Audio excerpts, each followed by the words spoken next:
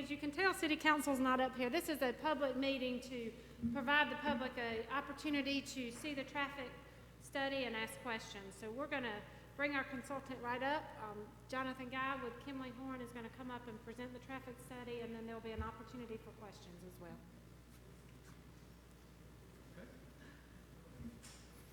Good evening. Hopefully that's not too loud. We're going to go through the traffic study. I want to just give you a brief overview of what the traffic study is, what the importance of it is, some of the key findings of it, and I'll try to stay still as much as I can. I do like to wander around a little bit. One of the first parts of a traffic study is the development of the study area intersections that we're going to look at, and you can see up here on the screen. There were 20 intersections that were looked at. These intersections weren't developed by Kimley Horn. They were developed in coordination with the City of Columbia and the South Carolina Department of Transportation. And you can see that they focus on the major corridors in and around the Bull Street property itself. Just to orient you just ever so briefly, this is Elmwood Avenue right here, as you can see, so 17 through 6. And then looking at Bull Street, we're going from intersection 1 coming all the way down to Calhoun. And then we also pick up Colonial Drive as well as Calhoun and Hardin Street, and then follow it all the way out to Farrow Road where it meets 277. So a pretty comprehensive study area for a traffic study of this size and a development of 181 acres. This is a map. It's actually up on the city's website right now, but I think it's really good because it provides the context for the community. You can see the neighborhoods, the different neighborhoods surrounding the property, as well as the build-out or the master plan of the Bull Street property. It also provides you with some distances to and from the center of the development, which just so happens to be the middle of the sports venue in each of those neighborhoods. This is the overall master plan, and typically what you see with a development like this, we typically start in one corner. Let's say we'll start in the corner of Colonial and Bull Street and begin the process. This one's a little bit different because we actually begin it in the very heart of the project. And so this is phase 1.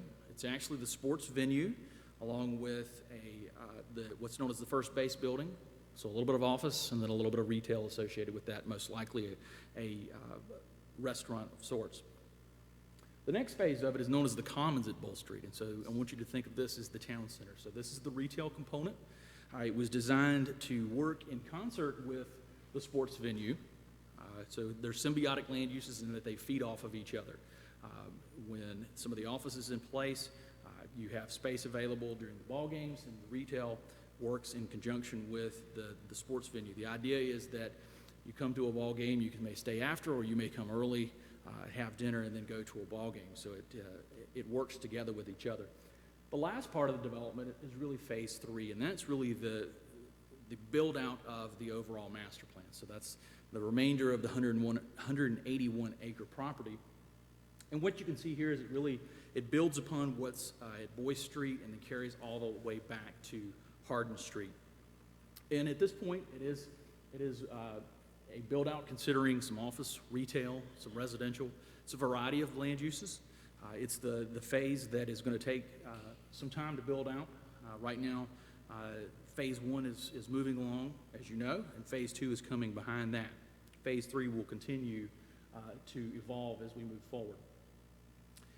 Taking a few minutes here, I showed you some of the study area of intersections on the existing intersections, but I did want to take a few minutes and show you where some of the driveways are and point out here how the driveways interact with the overall development. As you can see up here, you've got the access points in purple, and the intent of those is that they're going to be active or available for use starting with phase 1 or all phases as is shown up there. So it'll begin through that process. Then phase 2, there's a couple additional intersections that are added over here on Colonial. And you can see those intersections. And then lastly, and it sort of follows, if you remember the slide before, it follows how the development builds out. And you can see along the backside, you've got Hardin Street with the intersections up there, and that's the remainder of the build out. 2 intersections or 2 access points I really want to point out as well are these 2 over here, which are the active modes of transportation, as we like to call it. If you're familiar or have ever had the chance to drive down Calhoun Street, you notice the historic wall. There's actually a couple places where it's opened up. Those places are only wide enough, though, for a single lane of travel. Rather than trying to get creative and modify the wall or create some traffic control that would handle that, those have been designated as active modes of transportation, so bike ped only. So no motor vehicles will be using these two access points. One of them is in alignment with Pickens Street. The other one is just slightly offset from another existing intersection there, just down from Barnwell. This is the trip generation. This is directly out of the traffic study, and this is one of the hearts of a traffic study.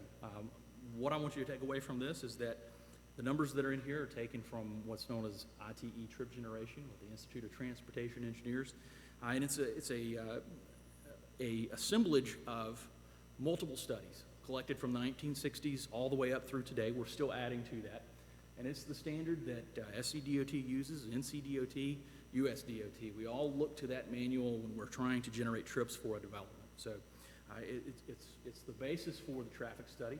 And you can see here it's sort of color-coded as we move through. You can see phase one. You see the ball stadium up there, the shopping center, the general office that I pointed out earlier. And then you move into phase two. You see the general office, a little bit of town center. This is the commons at Bull Street. And then phase three, which is the research. We got some research, some shopping center again. It's built out of the master plan as it begins to move forward. This is figure 14, again, out of the traffic study. And this is how we communicate some of the recommendations. And I know it's a little bit difficult to understand to some. So I've actually got this one. This one's broken down for the existing intersections. And then the next one is the actual recommended landage of some of the site driveways. And what this communicates is what improvements are required, when are they required, and who's responsible for doing those. You can see sort of the color coding there with phase one, phase two, and phase three. But because it doesn't convey context, we actually took a few minutes and created a couple exhibits for some of the key intersections we think that are going to come up where we're making some fairly intensive improvements. And so I want to walk you through those just to give you a little bit of guidance. So to orient you, and I'm going to talk to the screen a little bit here, you've got Bull Street running across up here. This is the Bull Street property at the very top of the slide. And then you have Elmwood Avenue. You're all familiar with it. You've all probably driven this intersection. You know that it can get congested. You know that there's a lot of traffic that tries to use this. If you've ever paid attention, and when you were driving, maybe you're a traffic engineer, maybe you just enjoy it, but if you've ever noticed the right turn lane, so this would be coming down Bull Street from 277 headed towards town, if you've ever noticed that lane actually carries the predominant amount of traffic. People are heading down and trying to get to Elmwood Avenue, so there's a high right turn volume there. And it sort of stair steps across depending on the two through lanes from the right turn lane. Same thing with if you're coming north, coming up Bull Street, and maybe you came from Gervais Street, and you know that you've got 3 lanes and it's really nice, and then suddenly if you're not paying attention, you get caught, and you're using that inside through lane, and you find yourself actually stuck turning left when you really wanted to go through. So looking at this and knowing that there will be an increase in traffic at this intersection, and knowing that we're going to need to mitigate the impact associated with the development, we actually came up with a concept on how to improve the intersection. And so what you see here is just an illustrative rendering of it, but a couple key things I want to point out. So remember we talked about this heavy right turn movement coming from Bull Street to Elmwood. We've designed that intersection and modeled it such that that right turn doesn't have to stop now. It keeps on going. It comes down and keeps on moving on to Elmwood. Now today, you've got to watch, depending on where you're at with the signal. Do I stop? Do I go? How do I go? Some people get confused there, and we'll sit in this lane even though when they've got the arrow to turn. So that movement there helps to move traffic in a more of a free-flowing manner. The other thing that you'll notice is that we've actually, you see 3 through lanes up here on northbound or heading out of town. So what we've done there is we've actually come in and we've shifted these two left turn lanes, and we'll back up so you can see the 2 existing ones. Just to point that out, there's 2 existing left turn lanes there, and you only have 2 through lanes. But you've got 3 lanes over here, but I'm only carrying 2 lanes of capacity over. So working with this, we've actually shifted traffic to come over like this. Then that allows us to shift those 2 left turn lanes, still turning into these 2 receiving lanes on Elmwood. but now it allows for 3 through lanes coming out of town. That helps with moving traffic out and through the intersection. We can move the same amount of traffic, if not more traffic, using this intersection configuration with the same timings. Now, it doesn't mean the timings are not going to change. We're going to need to update the timings, and that's one of the recommendations of the traffic study for the corridor as traffic begins to grow. The other thing I want to point out is that there's a little bit of property, if you've ever noticed right here. You can see it really good right there. This is a typical lane width. It's about 12 feet. What you see here on this outside lane is actually about 18 feet, might even be 19 feet. So it's a lot wider than a normal lane there. So in shifting over the intersection, we're actually going to reutilize that, and we're going to allow us to create another through lane coming in and bringing that through lane into a better alignment with the intersection, but still keeping these dual rights. Dual rights are very critical to the intersection. We think, though, that some of the traffic is actually going to dissipate from that movement. Right now, what we're seeing is actually a lot of folks that are turning right to come up here, to turn left onto Calhoun and using Calhoun to get all the way over to Hardin. You know, you can't hear me? Oh, I'm sorry. I'll talk a little bit louder. Okay, sorry about that. So what I was saying is we are anticipating that there could be a drop in some of the right turning traffic there just because we've improved the efficiency of the intersection. And a lot of the right turns that are out there today are actually, when we watched it, they're actually turning here and then turning and then using Calhoun to bypass that intersection. You've probably seen it if you've watched traffic on Calhoun like I have.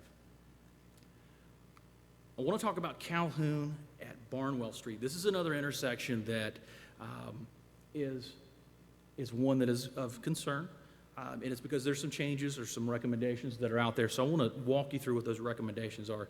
If you can look up there on the page, you can see it's a regular T intersection. There's left turn lanes already on Calhoun. There's already left turn lanes on Barnwell. And so what we're actually recommending here is when the street connection comes in, and this is what it would look like, it's really just a restriping of the existing pavement that's out there. So the curb line doesn't change. Curb line stays exactly where it is. We're just adding in the capacity to provide that left turn lane in there. So it's providing a little more capacity coming in there. The intersection control, or whether it's a traffic signal or potentially a four-way stop there, that's still got to be worked through. We're still working with the city and SCDOT on that one as well. The last one that I want to talk about is Bull Street at Williams Drive, or that's how? Yes. That's yet to be determined. Yeah. So we're working through all the details of that, but yeah, that's yet to be determined.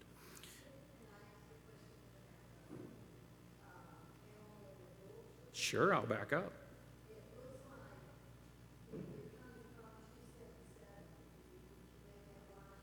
Mm-hmm. There is.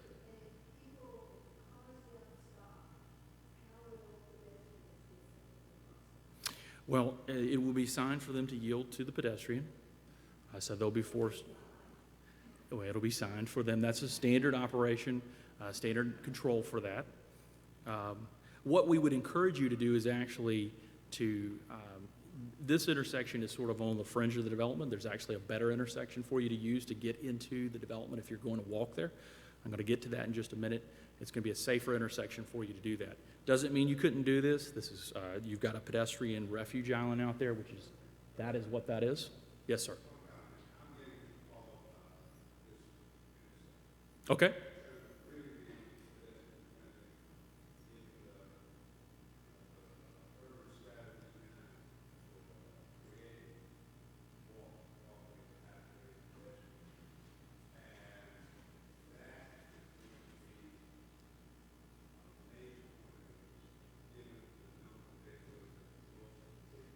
Mm-hmm.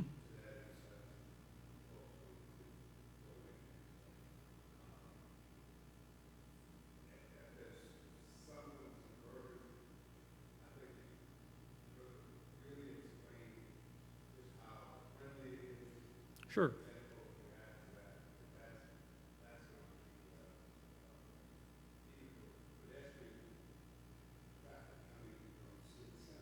Mm-hmm.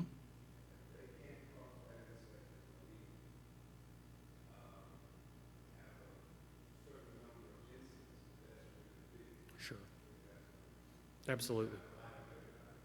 Absolutely, good point.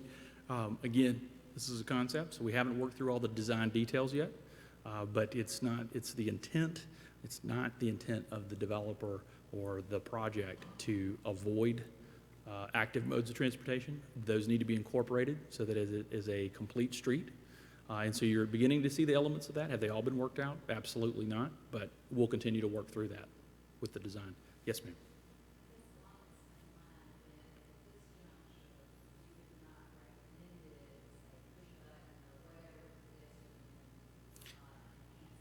Correct.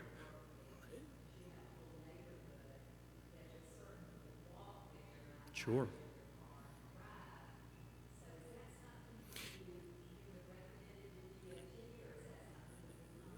That's getting a little bit ahead of where the traffic study is. Those design details, such as push buttons and ped heads, those come in when you're actually designing the improvements after they've been approved. But it's something that we would certainly advocate for. Any traffic signal such as this is the safest place to cross for pedestrians is when you have a controlled light such as this. And so we would be pushing for that as well. So we're advocates for it. And I think when we talk a little bit about Williams, I think you'll understand the point of how we connect the neighborhoods, how it makes sense to, and why that's a better place for that to actually occur.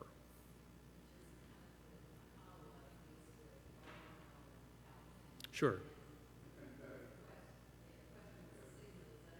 Mm-hmm.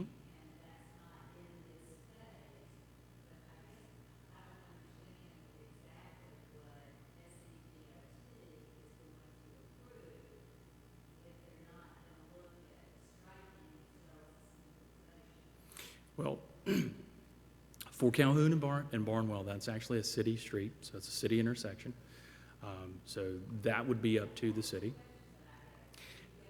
Sure. Sure, absolutely. So that would be something that would be up to the city to determine if a signal is warranted. Again, you got to remember this is built out over a number of phases. And there are what's known as warrants for traffic signals. So there are guidelines that have to be followed so that you don't have signals that are put in that are not needed, and then you end up having people that run red lights and you create an accident situation. So that is something that can definitely be considered there. That's why I didn't specify a traffic control at that location. It's going to depend on how the development builds out. Now, could it be that there are crosswalks at that location or in other locations so that the neighborhood, the Robert Mills neighborhood, can work its way into the development? Absolutely. That's something that the city is looking at and we'll want to see. Now, is that part of the details of the traffic study? No. We're looking at the operations of the key intersections. How does that operate when you look at the development traffic over a time frame? But those elements are brought in when you're designing this and you're laying this out. So all really good suggestions that will need to be carried through as we go into implementation.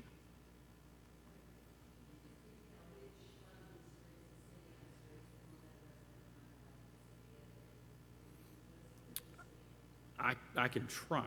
I don't know for sure, but I do know that the intersection of Barnwell and Calhoun, those are city streets. A portion of Colonial is city. There's a portion that is state. The portion that is the state's responsibility is up towards the intersection of Hardin, where it widens out and you've got multi-lanes there. Bull Street is a state street. Elmwood is a state street. And I believe Hardin Street is a state street as well. So those are the major streets that are coming in and around. Gregg would be a city street. Confederate would be a city street as well. Absolutely. Oh, absolutely. One thing that I'll continue on with this, and then we'll get into some more Q&A, and we'll discuss a couple other things. So again, this is Williams at Bull Street. You can see the existing intersections there of Jefferson Street, Franklin Street, and of course Freed Street. Freed Street is an existing street that's out there today. It's been gated for many years. If you're familiar with riding through here, you probably noticed the barricades. That's over there at Williams. So right here, this has been barricaded off for quite some time, and this has been gated for quite some time. But they're two existing streets, and they operate and they provide access into and out of the Cottontown neighborhood over here. This is Franklin, and you'll notice as you look up here, you can actually make a left and a right. It's a full movement intersection. You can come in and you can come out of that driveway today, or that street. Same thing with Jefferson. Jefferson is over here. Now, this is the portion of the property that is Bull Street. This will be phase 2. This is the commons at Bull Street, so this is the town center development. And one of the initial things that we started looking at was, how do we provide access for the development and bring traffic in and out in a safe manner? We want to use Colonial, that intersection and that roadway. To some degree, we're going to use the intersection down at Elmwood, but there needed to be another point of access because there's going to be a lot of folks that will choose to use Bull Street, especially if you're coming in from the north off of 277. So we looked at Williams Drive, and right now it's a right in, right out, meaning you can only turn right in or right out. And so the idea was, given the spacing, given the location of it, it actually should be a traffic signal. It makes perfect sense when you look at the master plan to bring that in. We could help coordinate the lights a little bit better through the corridor. So we came up with this concept. And so what this concept does, it puts a traffic signal at the intersection of Williams. This would be a location that it's a T intersection. Now, I will tell you the natural inclination was to bring this into alignment with Jefferson. The more we thought about that, the more we decided that was not a good idea. And the reason being is, if you bring it into alignment with Jefferson, what is going to happen? If I want to go into the development or I want to come out of the development, what neighborhood am I going to cut through? Exactly. That's why we kept it in its original alignment and we offset it. The other thing that we did was there's a median there so that you can't make the lefts in or the lefts out. Now we were talking about the intersection of Elmwood and Bull, and we were talking about how pedestrians need to migrate or use that to move around the intersection there. Of the intersections providing access off of Bull Street, this is actually probably the most preferred from a pedestrian standpoint, and the fact is because it's a T intersection. So I only have 3 legs to the intersection, so pedestrians can move across. Now, the accommodations, again, this is just a quick sketch. It's not a full rendering yet. But you can move in and out of the development. There will be push buttons and actuations that would allow you to do that. It can run concurrently with the signal operations. It's a good location because it also brings you into the heart of the town center development as well. The other thing that you'll notice is that, and we'll back up one slide. So Franklin, this is where you had the full movement intersection. The other thing we've done is we've closed that off as well so that you can't make that left in. Again, the idea here was to develop some infrastructure that provided access into and out of the development while mitigating the impacts to the adjacent neighborhoods, especially along Bull Street through here. Any questions on this one? Okay, very good. Well, that was my last slide for the major intersections. At this time, I'll be glad to have. Sure. Okay. Mm-hmm. Sure. It's just a quick sketch. They weren't put on there, but absolutely they would be incorporated. Absolutely. Confederate.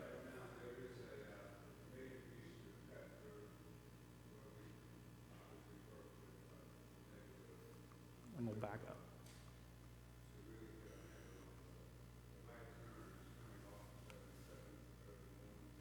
Yep, right there. Right.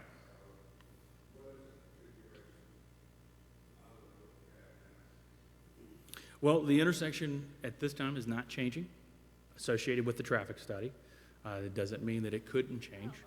I know that the city is working on a traffic management plan for handling the special events venue there, and that will be set up so that the intersections are controlled and you're using the police department to move traffic in and out, and so that can be brought into that plan.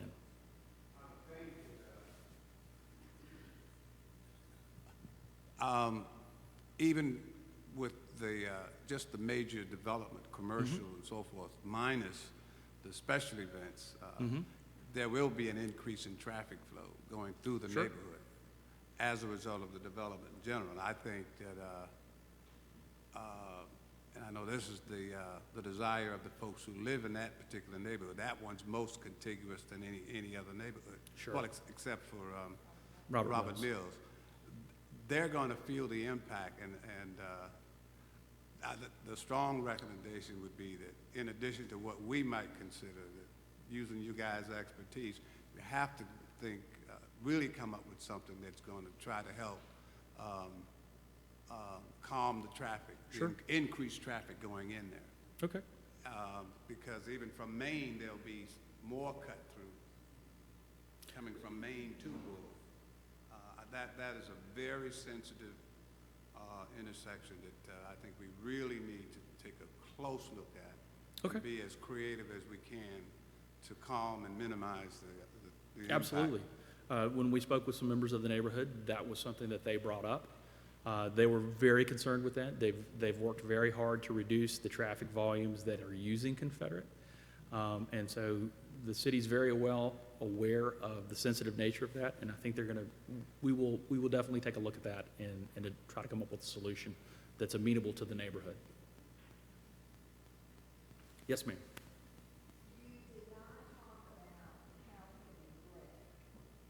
Calhoun and Gregg. Okay. My question is about Calhoun and Gregg. Okay. And Calhoun, just totally, you know, when a train comes, Mm-hmm. which one came just as I was coming here. Okay. When a train comes, the only way to get out of this area is through Calhoun, because that's where the overpass is. Mm-hmm. The train blocks off every other road. So I'm just curious if trains factored into this at all. And I'm very curious about Calhoun and Gregg, because that's where my office is. Okay. Specifically, what about Calhoun and Gregg? Just in general? There's a lot of work going on there. Sure. Yeah, absolutely. I can't speak to what the work is that's being done out there. What I can speak to is, you know, just the traffic analysis and what we looked at the intersection and what we considered there. And the configuration is staying as it is today. Again, it is, you know, it's an existing street, it's an existing intersection. What we're hoping is that with the improvements at Elmwood and Bull, you're going to see some of the traffic that is using Calhoun as a cut-through, because it's a major cut-through. When you watch the traffic out there, you've got, you know, between 300 and 400 vehicles in the peak hour, so AM or PM, that are using that to bypass that intersection. You know, and so the intent with improving Bull Street at Elmwood, you're going to see some of that traffic begin to dissipate away, which should make, hopefully, speed slow down, because people are driving pretty fast out there as well. And I think when you start to see development, you know, development has another effect on traffic. It can have a calming effect, because there's more what's known as visual clutter that's going on. So you're going to slow yourself down a little bit. As you see that, you know, and that's in phase 3. As you see that area start to develop, you're probably going to, hopefully we'll see some of the volumes come down a little bit.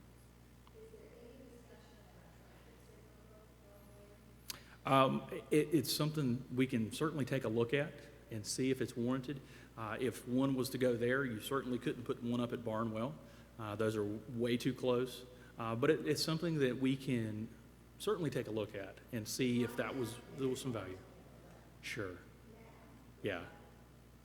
I can only imagine.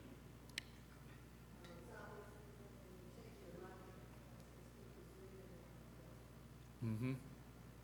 Okay, we'll certainly take a look at that and see what happens or comes of it.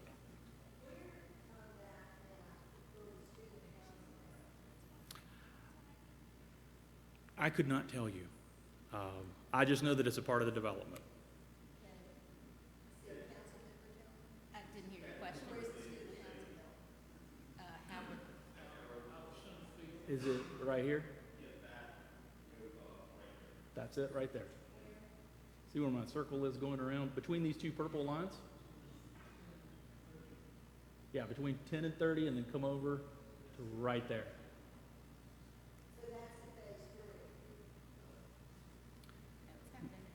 No, it's moving forward now.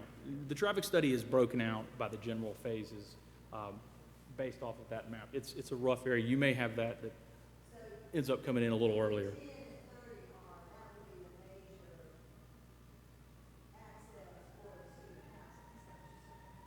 No, I didn't say that. I think they will certainly have the opportunity to use those two streets, but they'll also have the opportunity to use Elmwood and other locations to get in and get out and circulate. You know, so I don't think that those are the primary access points for it. You done, Ann? Or, Ann, is that it? Or were you finished? I guess my questions were along the same lines, staying on Calhoun, and I don't know if I agree that the traffic will get decreased. I see a lot of traffic there Sure. now. I use Calhoun a lot. And right now, already, as Ms. Claire alluded to, it's a lot of speed because you have that hill. And as people go down the hill, there are no lights or anything, so it really is a major cut through. And so I know you were talking about traffic. It sounds like a lot of cars is what you focused on, but did you all look at the rate of speed and that kind of thing? And will there be any additional recommendations regarding traffic calming? I mentioned lights, but I don't know about any other traffic calming on Sure. Calhoun. And I'm also considering Colonial as well, because right now a lot of people cut through Colonial too, but now you'll have exit out of Bull Street onto Colonial, and that's a major thoroughfare. Sure.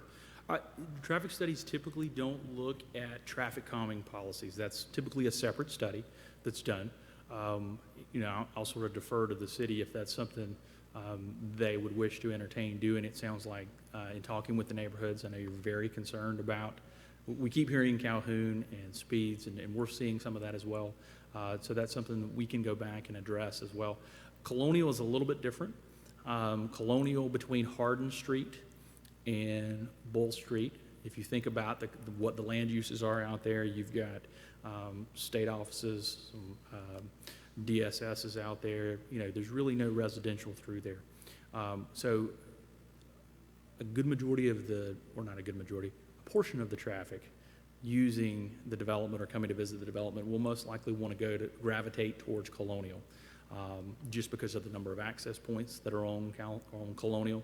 And so with that frequency, if you build out the master plan, there's actually 2 traffic signals proposed, one at Gregg Street, one at, the name escapes me now, one at Boyce Street. So there's 2, so that will help to disperse traffic, to slow traffic down as you're coming through there. From what we've heard tonight, it sounds like we certainly need to look at Calhoun as well. Maybe there's the potential for a traffic signal out there as development continues to occur. So we can certainly take a look at that. Yes, ma'am. About 16, Farrell Road and Lark Avenue. That's 16? Yeah, 16 on the map, when you had the map Oh, up there, number sure. 16. Let me back up. When you had it, yes. Okay, yes, absolutely. Up there. What would you like to know? I would like to know what you're doing about it. It's a lot of traffic coming in there now from 4 to 6. Farrell Road is busy now. Sure. And you can't hardly get out. They have a preschool there, and people can't get out. Now, with more traffic coming in, it's going to be difficult to get out. What are you going to do about that? Well, it's a great question. We've looked at the intersection operations up there, and based on the guidelines that we're, to follow, there's no mitigation recommended associated with. There's no recommendations for improvements at those intersections. There would be some timing and changes out there, but there's no laneage improvements out there. According to the guidelines that we're to follow, it falls within an acceptable level of service, and there's not a need for improvements at those locations. No, ma'am, I don't think that's the idea at all. The idea is that you've got multiple ways coming in and coming out, and traffic is going to choose whether you use 277 or you jump off and take Farrow Road to come in. It's going to depend on the time of day. And based on our analysis, the intersections operate at an acceptable level of service.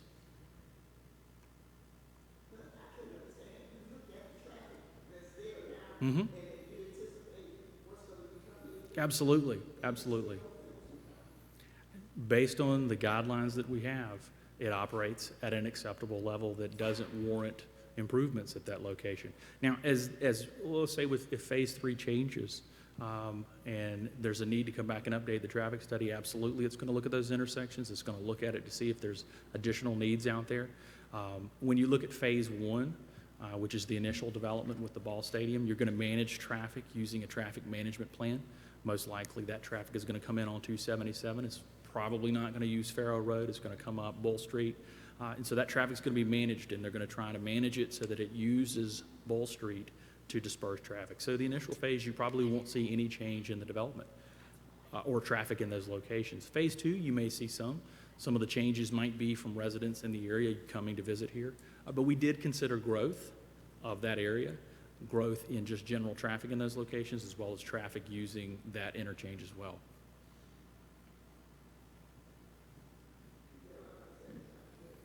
I know. I wanted to ask if you go back to your last drawing, what were the assumptions made when you started through doing your study in terms of parking? Where will the cars be parking? So the assumption that you made, they will be parking, and did you include the new student housing proposal as part of your analysis?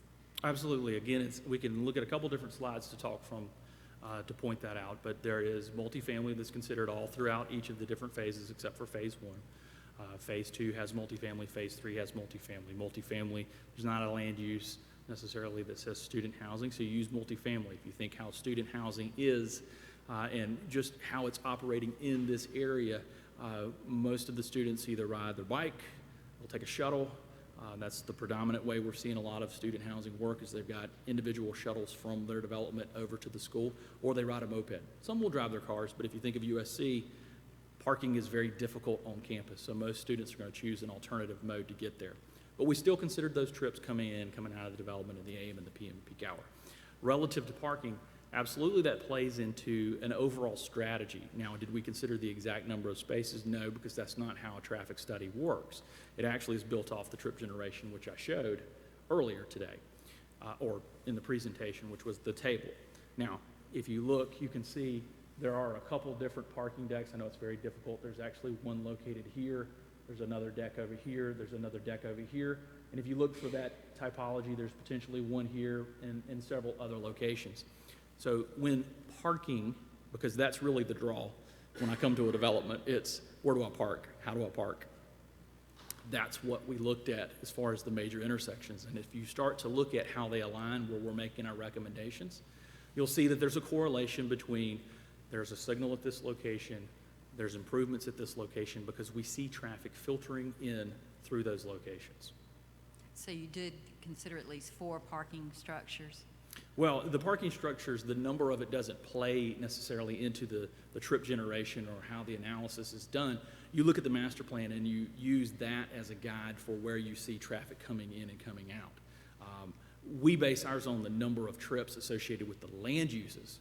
That's the critical key to it, is the land uses itself, which are over here in this table. That's the trip generation and that's the land uses. So if you go back to the colors, do the colors represent the different kind of land uses you had? This one?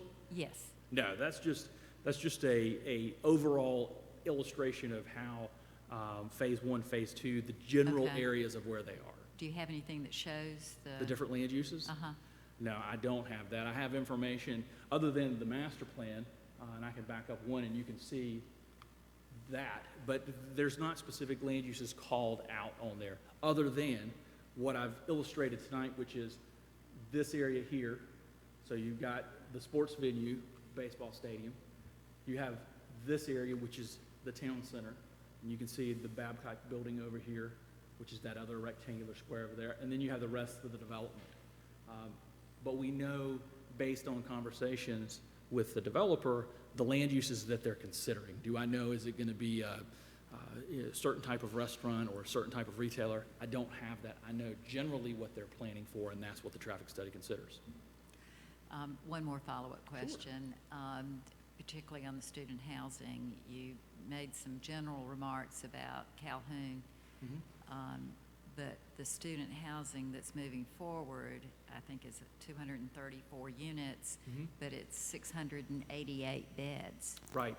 How can that not have an impact on Calhoun? I didn't say that it wouldn't have an impact on A Calhoun. significant impact. Maybe I misunderstood, but whatever Sure. the word was, Well, I mean, you got to think of the number of access points that the development's going to have access to, and traffic's going to disperse over those. Maybe they will choose to use Calhoun, but again, I think it's going to go back to the type of travel mode that they choose to take, whether they walk, whether they bike, or whether they take a moped, or they take transit, either Comet or a shuttle service that may be provided through their provider, the owner of the student housing. but I thought you counted them as multifamily, whether it was student housing or not, so No, you no, no, do. you're know? confusing two different things Okay. there. So it's still going to be student housing. We actually counted, multifamily is the same thing in trip generation. So you got the trip generation land use, and it actually generates more trips than, say, what a student housing development would generate. So we've overestimated the trips On the associated with- multifamily, for the student housing. oh, for the student housing. Yes, ma'am. Just hard to understand how Calhoun's not impacted on. I know. I'm not saying there's not going to be an impact there, but I think with student housing, it's completely different than what you would see in, say, a suburban setting with multifamily, where I'm parking there, I'm leaving in the morning, I'm driving my car, I'm going somewhere else. Student housing, think of, engineering classes were always at 8 o'clock, but all my other classes were outside of those peak hours. And so student housing, when the students travel back and forth from school, it's typically outside of the peak hours. There's not very many classes that are let out at 5 o'clock. So traffic for the development will occur with student housing, won't be at the critical peak or when the roads are at their heaviest peak. It'll be outside those. And then you consider how they actually choose to travel there, whether it's a bike, they choose to walk, which is a little far to walk, but they might choose to do that. They ride a bus, or they carpool. There's a variety of different ways. So the impact is going to be less. Will there be additional traffic on Calhoun? I'm sure there will be some additional traffic, but the magnitude of it, it may not be to the level that most people are fearing that it will be. Let me just do one follow-up, and then I'll pass Absolutely. the mic. The agencies that will review and have to approve the agencies, what are the agencies? I know SEDOT. Sure. But what are the agencies that would need to review and approve this plan? When you say this plan, are you talking about the traffic study? Traffic study, yeah. Sure, okay. I just want to sorry. be sure, because, and I should have said this when I started out, and I'll get to your question.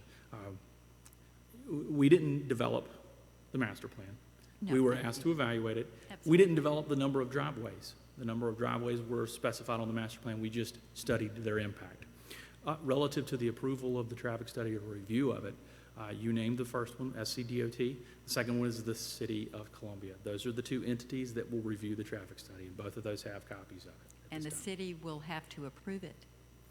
They'll have to be involved with that approval process. They'll work in coordination with SCDOT on the review and approval, and it'll be the recommendation of the mitigation associated with the development. So you'll have some mitigation associated with Phase 1, Phase 2, and Phase 3.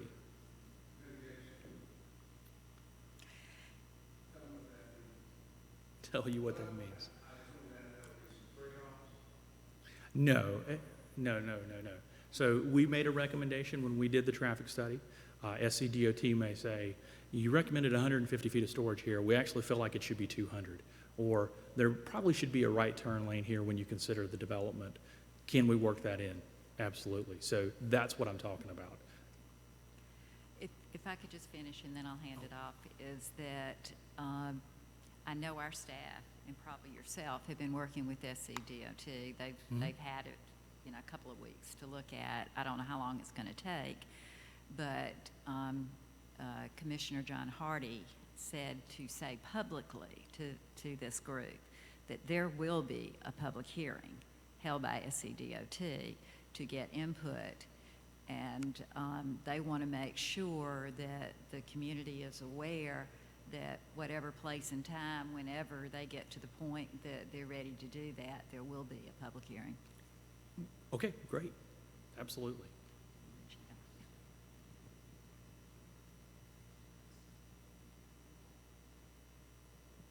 Any other questions?